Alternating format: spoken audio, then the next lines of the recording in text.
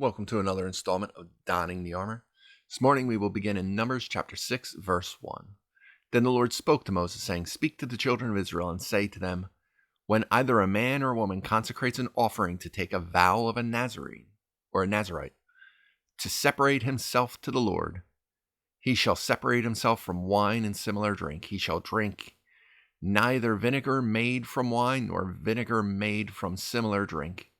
Neither shall he drink any grape juice, nor eat fresh grapes or raisins. All the days of his separation he shall eat nothing that is produced by the grapevine from seed to skin." So here's a very specific type of vow.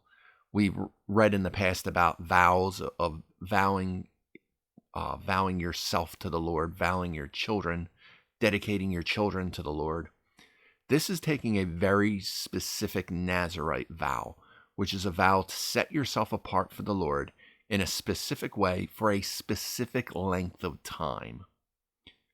And there are certain things that need to be done with this to keep yourself even further separated and holy for the Lord. There are certain rules that you must follow versus just a normal vow or just the normal laws of ritual cleanness. These are very specific things, and one of them is to not have anything to do with wine. Nothing of the grape. Don't even eat grapes. Raisins, nothing. Stay away from it entirely. Now, we see Nazarite vows taken in Scripture. We see Paul take one in Acts. The most famous one, of course, is Samson, dedicated as a Nazarite vow by his parents. And he was not to drink, not to cut his hair. We know all the story of Samson, and we will get to it when we get to Judges. But that is the vow that he was under, to keep himself separated from all these other things, even harsher and further out in holy, even than most of the children of Israel. That he was going to be separate from so much more. And this is how this vow was meant to be played out. To keep himself completely from anything produced by a grapevine altogether. Not even anything close to wine. Not even vinegar made with wine or vinegar made of grapes or anything. All the days of the vow of his separation, no razor shall come upon his head until the days are fulfilled, for which he separated himself to the Lord. He shall be holy. So, not supposed to cut your hair whatsoever. It's just supposed to continue growing and continue growing as long as the vow is in place. Then he shall let the locks of the hair of his head grow. All the days that he separates himself to the Lord, he shall not go near a dead body. He shall not make himself unclean even for his father or his mother, for his brother or his sister, when they die, because of his separation to God is on his head. All the days of his separation he shall be holy to the Lord. Not to cut your hair for any reason, not to be near any dead body. There is no reason now. No father, no mother, no brother, no sister, nothing. You are not to become unclean under any circumstance. Completely separated for all the days of your vow, of your separation. And if anyone dies very suddenly beside him, and he defiles his consecrated head, then he shall shave his head on the day of his cleansing. On the 7th day he shall shave it. Then on the 8th day he shall bring 2 turtle doves or 2 young pigeons to the priest, to the door of the tabernacle of meeting. And the priest shall offer one as a sin offering, and the other as a burnt offering, and make atonement for him, because he sinned in regard to the corpse, and he will sanctify his head that same day. He shall consecrate it to the Lord the days of his separation, and bring a male lamb in its first year as a trespass offering, but the former days shall be lost because his separation was defiled. So, even if somebody dies suddenly next to you, you now have to go through this cleaning, and you're not starting over from where you were. You now have to start over from the beginning. Your separation was defiled. It's bad that this happened, but you took a vow, and it must be seen through. So you now have to make sin offerings. You now have to make offerings for atonement. because your vow was not seen to its completion. You can now consecrate days to the Lord of your separation, but everything that was done before, that's lost. Your separation was defiled. You're starting over from the beginning. Now this is the law of the Nazarite. When the days of his separation are fulfilled, he shall be brought to the door of the tabernacle of meeting, and he shall present his offering to the Lord. 1 male lamb in its first year without blemish as a burnt offering. 1 ewe lamb in its first year without blemish as a sin offering. 1 ram without blemish as a peace offering. A basket of unleavened bread, cakes of fine flour mixed with oil, unleavened wafers anointed with oil, and their grain offerings with their drink offerings. And the priest shall bring them before the Lord and offer his sin offering and his burnt offering, and he shall offer the ram as a sacrifice of a peace offering to the Lord. With the basket of unleavened bread, the priest shall also offer its grain offering and its drink offering. Then the Nazarite shall shave his consecrated head at the door of the tabernacle of meeting, and shall take the hair from his consecrated head and put it on the fire, which is under the sacrifice of the peace offering. So this is all the things that he's going to do now, having completed his separation. When the days of separation, when his vow is completed, this is the process. This is all of the offerings that will have to be brought before the Lord so he can be consecrated again. So that way, this is the completion of the vow. And the priest shall take the boiled shoulder of the ram, 1 unleavened cake from the basket, and 1 unleavened wafer, and put them upon the hands of the Nazarite after he has shaved his consecrated hair. And the priest shall wave them as a wave offering before the Lord. They are holy for the priest, together with the breast of the wave offering and the thigh of the heave offering. After that, the Nazarite may drink wine. So once he's done all this, then he can go back. He can go back to being what he was before, but not until all these things are done. This is the law of the Nazarite who vows to the Lord the offering for his separation, and besides that, whatever else his hands is able to provide, according to the vow which he takes, so he must do according to the law of his separation. And the Lord spoke to Moses, saying, Speak to Aaron and his sons, saying, This is the way you shall bless the children of Israel. Say to them.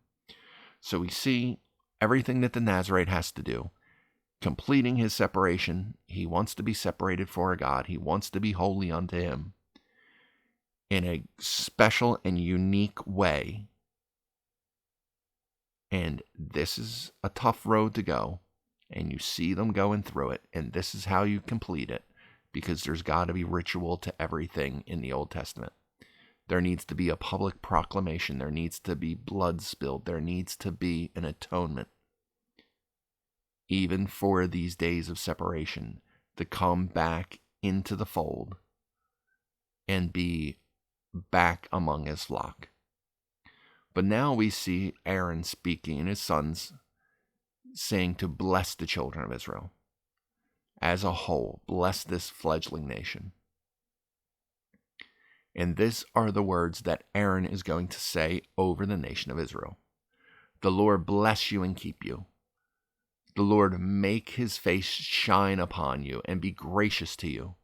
The Lord lift up his countenance upon you and give you peace.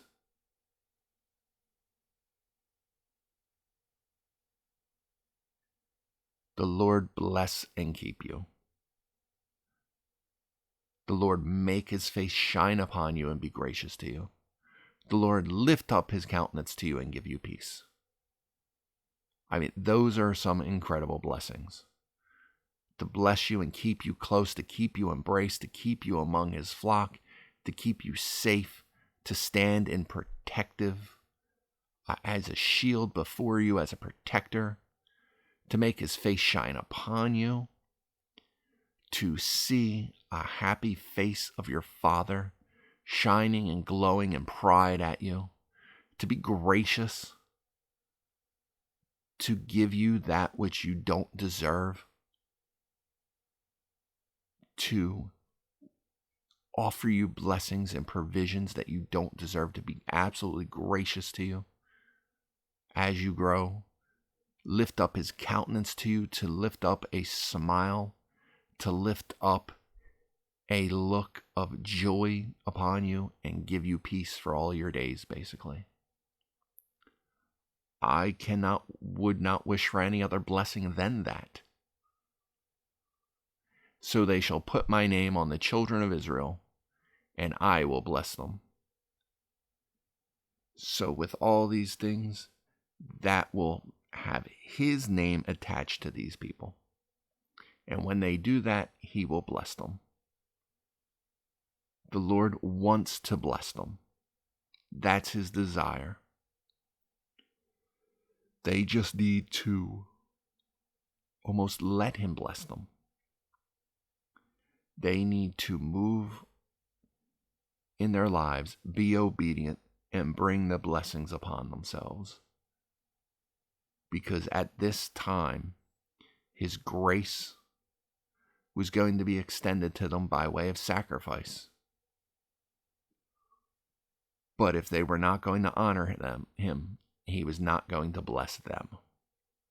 So moving on to chapter 7. Now it came to pass when Moses had finished setting up the tabernacle that he anointed it and consecrated it in all its furnishings, and the altar and all its utensils. So he anointed them and consecrated them. Then the leaders of Israel, the heads of their fathers' houses, who were the leaders of the tribes, and over those who were numbered, made an offering, and they brought their offerings before the Lord, 6 covered carts and 12 oxen, a cart for every 2 of the leaders, and for each one an ox, and they presented them before the tabernacle. So now we're going back a little bit in time. We're going to see this is back when he was consecrating the tabernacle, when he was setting it up and anointing it and consecrating it. We read about that in Leviticus. Now we're looking at some different kind of sacrifices, and these are not sacrifices to be burnt offerings. These are not those kind of offerings. These are the offerings that the children of Israel, by their leaders, are bringing forth for the care of the tabernacle. We were reading about all the things that the Levites and their tribes are going to have to do, what they're responsible for, what they're responsible for carrying with them and breaking down. Well, in this way, it's showing these are the things that are going to be offered up so that they're able to carry these things. Carts and oxen to help carry the tabernacle around. They're presented before the tabernacle for the care and transport of the tabernacle. For the parts, at least, that weren't meant to be carried by hand. You know, you have the one tribe that is meant to be carrying the showbread by hand, by the poles, the ark by the poles.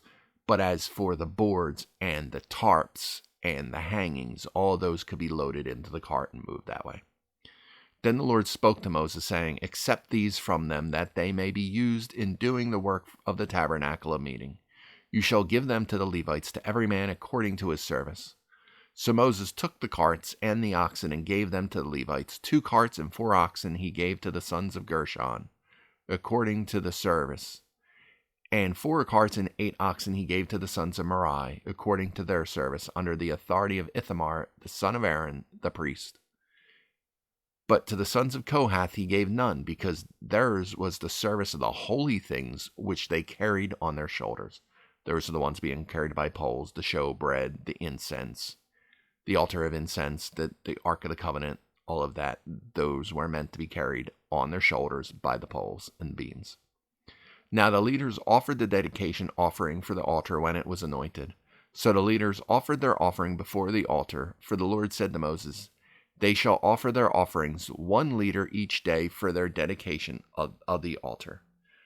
So now we're going to go through what each leader is offering to be burned, and for as peace offerings and thanksgiving offerings and all of these different things for the consecration and dedication of the altar. And it's going to go on for 12 days, 1 liter each day. This is what they were doing for the consecration of the tabernacle after it was set up.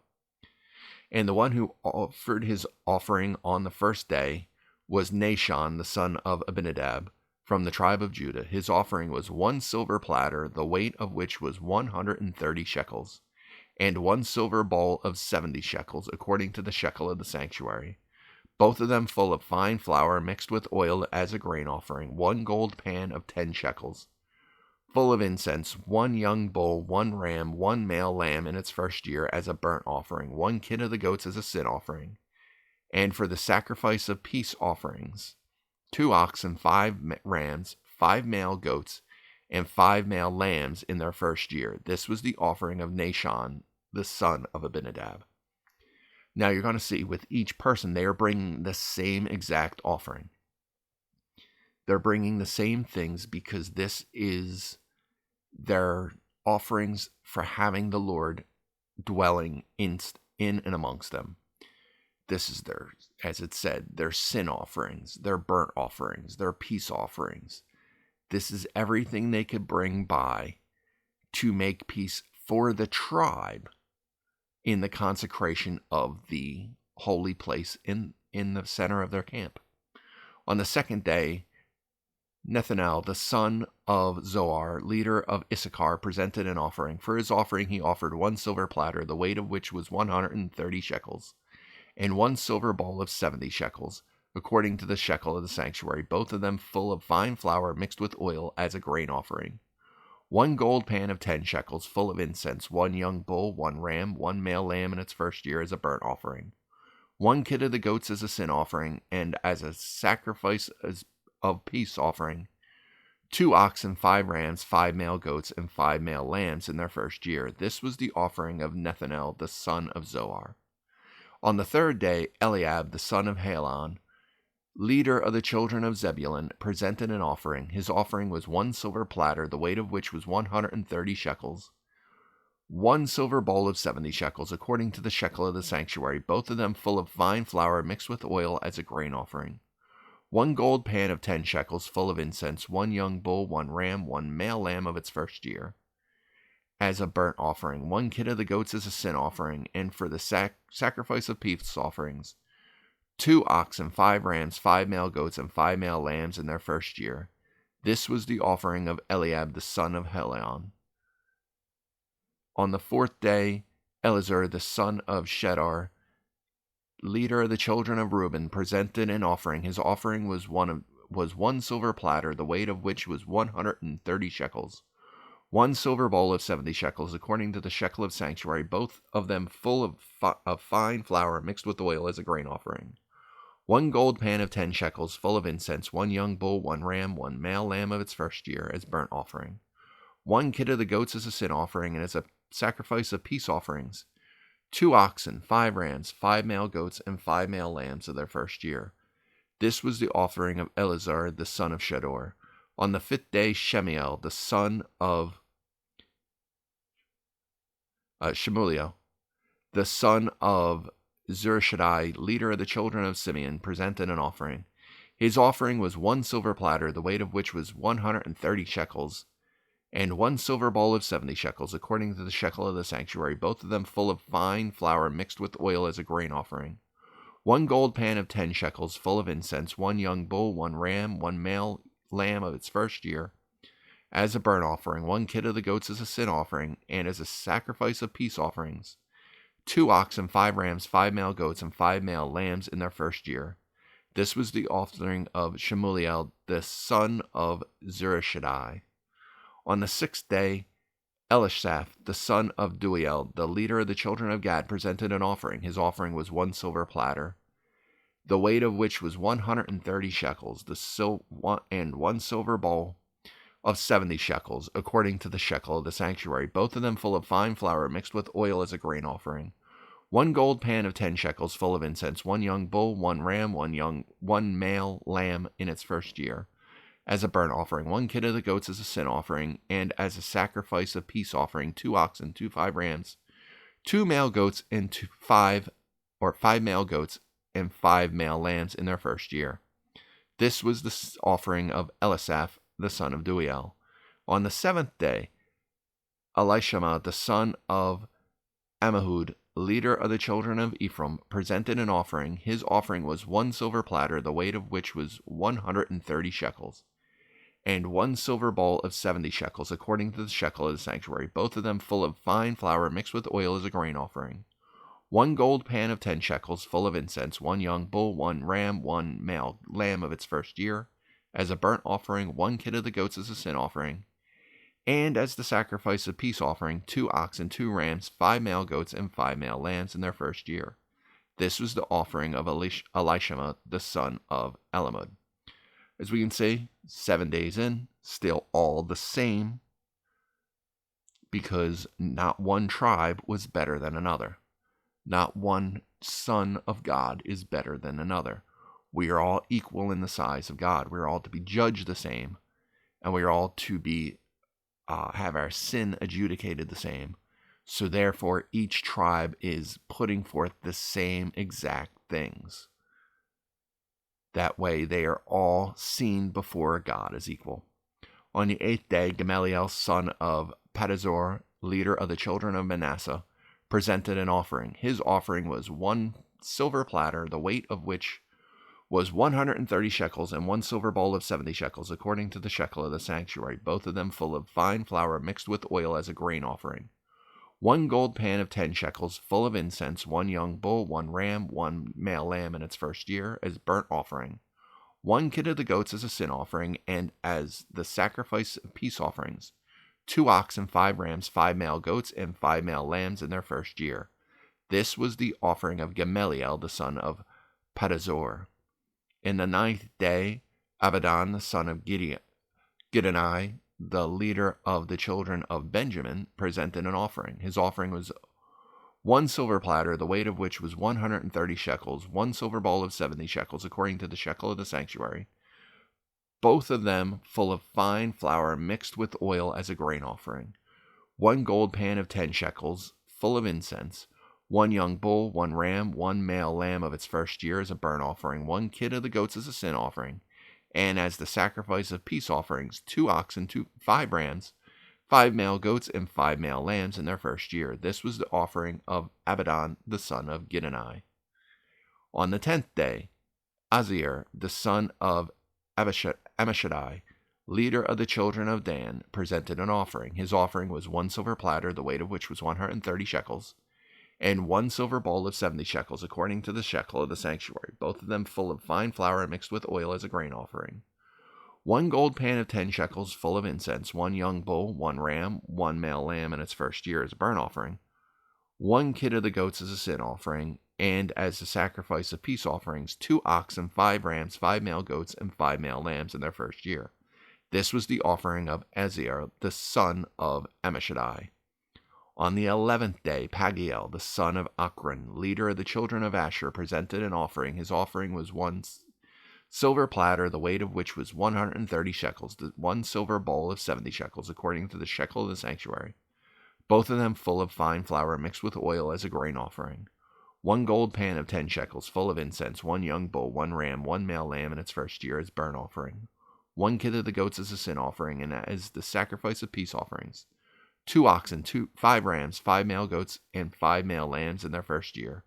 This was the offering of Pagiel, the son of Ochran. On the 12th day, Ahira, the son of Anan, leader of the children of Naphtali, presented an offering. His offering was 1 silver platter, the weight of which was 130 shekels, and 1 silver bowl of 70 shekels, according to the shekel of the sanctuary, both of them full of fine flour mixed with oil as a grain offering. 1 gold pan of 10 shekels, full of incense. 1 young bull, 1 ram, 1 male lamb in its first year as a burnt offering. 1 kid of the goats as a sin offering, and as a sacrifice of peace offerings. 2 oxen, 5 rams, 5 male goats, and 5 male lambs in their first year. This was the offering of Ahira, the son of Anan. This was the dedication of the offerings for the altar from the leaders of Israel. When it was appointed, 12 silver platters, 12 silver bowls, 12 gold pans. Each silver platter weighed 130 shekels, and each bowl 70 shekels. All the silver of the vessels weighed 2,400 shekels, according to the shekel of sanctuary. The 12 gold pans full of incense weighed 10 shekels apiece, according to the shekel of the sanctuary. All the gold of the pans weighed 120 shekels. All the oxen of the burnt offerings were 12 young bulls and rams, 12. The male lambs in the first year, 12. Their goat with their grain offering. The kids of the goats as a sin offering, 12. And all the oxen for sacrifice and peace offerings were 24 bulls. rams 60, male goats 60, and the lambs of their first year 60. This was the dedication offering for the altar after it was anointed.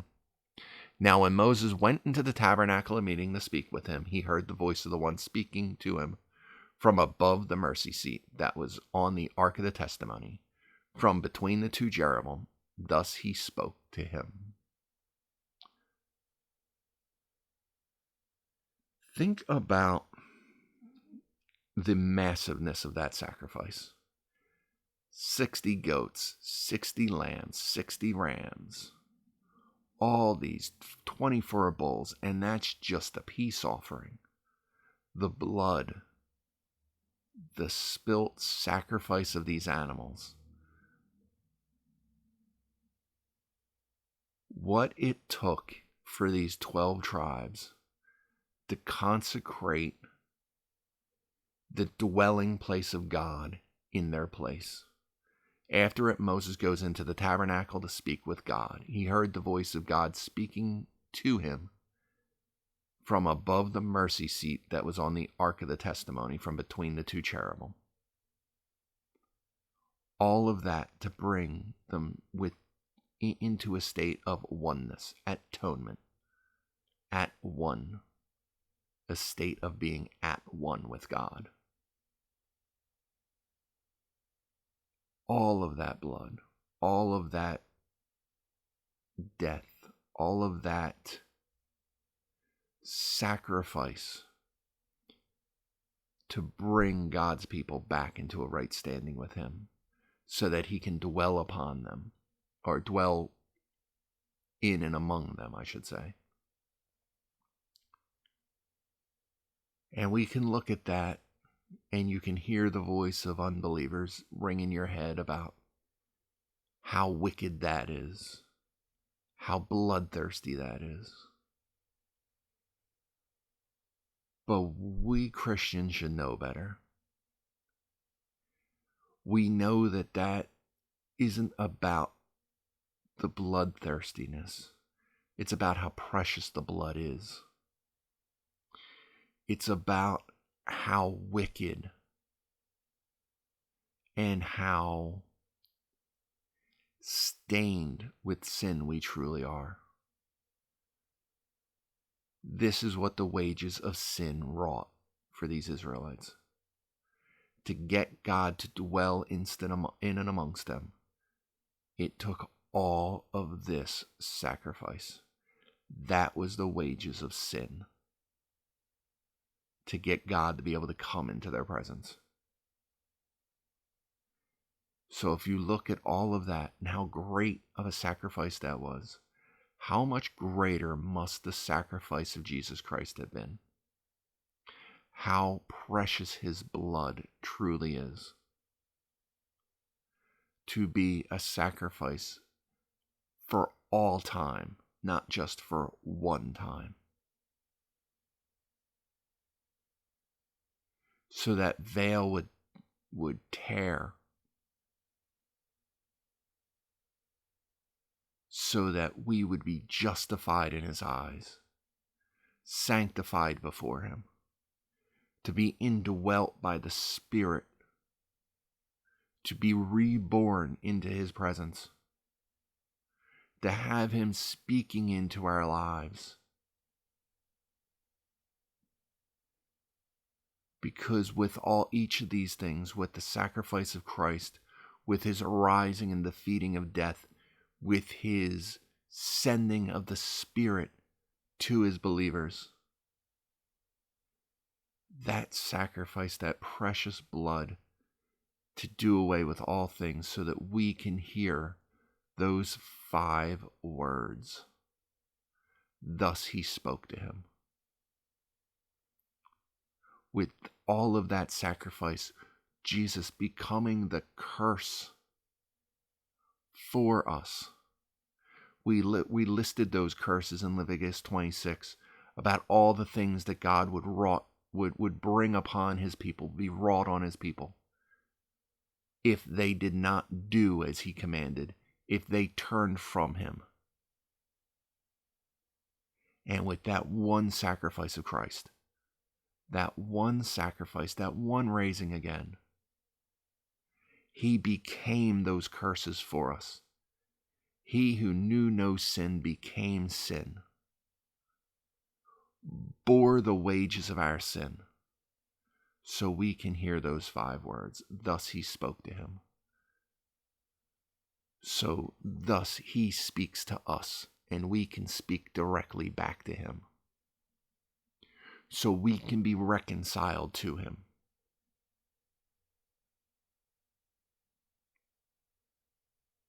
We look at the sacrifices of the Old Testament, and we turn up our nose, and we bristle at their inhumanity, because they sacrificed some animals, because they had blood on their hands, just to hear God speak to them, to satisfy the wages of their sin. But we have nothing to turn our nose up. We have no right to do it. We have no authority to do it. We have no reason to do it. Because look at the blood that's on ours. They had the blood of bulls and goats. We have the blood of Christ.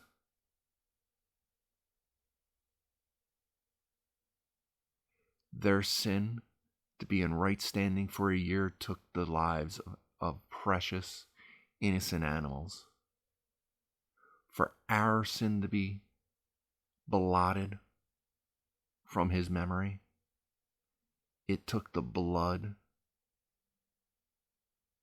of Emmanuel, from the expressed image of God that was walking amongst us. We have blood on our hands no different than they have blood on theirs. It's only we have the blood of a Savior who is willing to lay himself down for us. But we have blood nonetheless. And I've spoken over the last week about not being irreverent to the Holy Spirit that dwells in us, not being irreverent to his presence, not to take it in vain.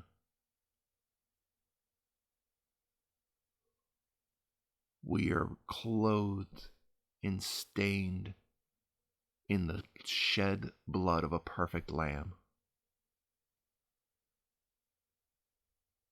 Don't make that blood be in vain. God speaks to us. Speak back. Pray. Find the path. Walk along it. We are justified to be righteous in his name when we place our trust in him. When we place our trust in him. So make sure you place your trust in him. Make sure that sacrifice wasn't in vain for you, because he came for everyone. But only those who trust him, only his elect, are actually saved. Don't make his sacrifice in vain.